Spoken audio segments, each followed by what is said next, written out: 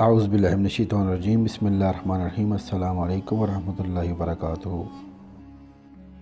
دوستو، آپ کے سامنے یہ 3 مختلف سائز کے قرآن مجید رکھے ہوئے ہیں۔ ان کو دکھانے کا مقصد کیا ہے کہ عرب امارات میں جو قرآن پاک کی پرنٹنگ کی جاتی ہے وہ کس طرح کی جاتی ہے۔ سب سے پہلے میں جو چھوٹا قرآن پاک ہے اس کو اوپن کروں گا۔ اب آپ دیکھیں گے کہ اس کا کون سا پیج نمبر اوپن ہوتا ہے اور کون سی سورہ ہے اور کون سی پارہ ہے۔ یہ آپ کے سامنے پیج نمبر 104 کھلا ہے، سورۃ النساء ہے اور پارہ نمبر 6 ہے، اور یہ پیج شروع ہوتا ہے اِنَّا أَوْحَيْنَا إِلَيْكَ كَمَا أَوْحَيْنَا۔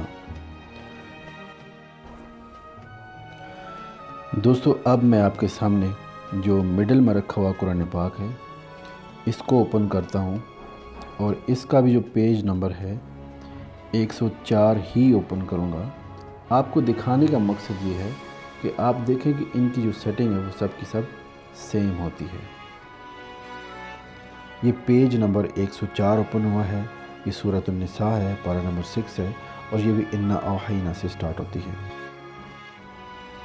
اب میں بڑے والا قرآن پاک اوپن کرتا ہوں، اس کا بھی پیج نمبر 104 ہی کھولوں گا۔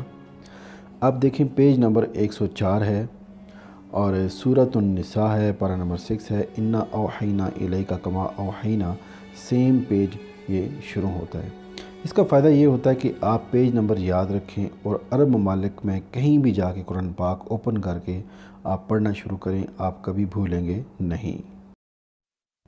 دوستو، یہ 3 سائز کے قرآن پاک دکھانے کا مقصد یہی تھا کہ ان کی سیٹنگ سیم ہوتی ہے، قرآن چھوٹا بڑا پرنٹ کرتے ہیں لیکن ان کی سیٹنگ میں کوئی فرق نہیں آتا، جبکہ ہمارے ملکوں کے اندر ہر کمپنی کا الگ سائز ہوتا ہے، ہر قرآن پاک کی الگ سیٹنگ ہوتی ہے، پڑھنے والا بیچارہ کنفیوز رہتا ہے، اور یہاں پہ کوئی بھی کمپنی قرآن پاک پرنٹ کرے گی اس کو اسی سیٹنگ میں پرنٹ کرنا ہے تاکہ ان کی جو سیٹنگ ہے وہ چینج نہ ہو۔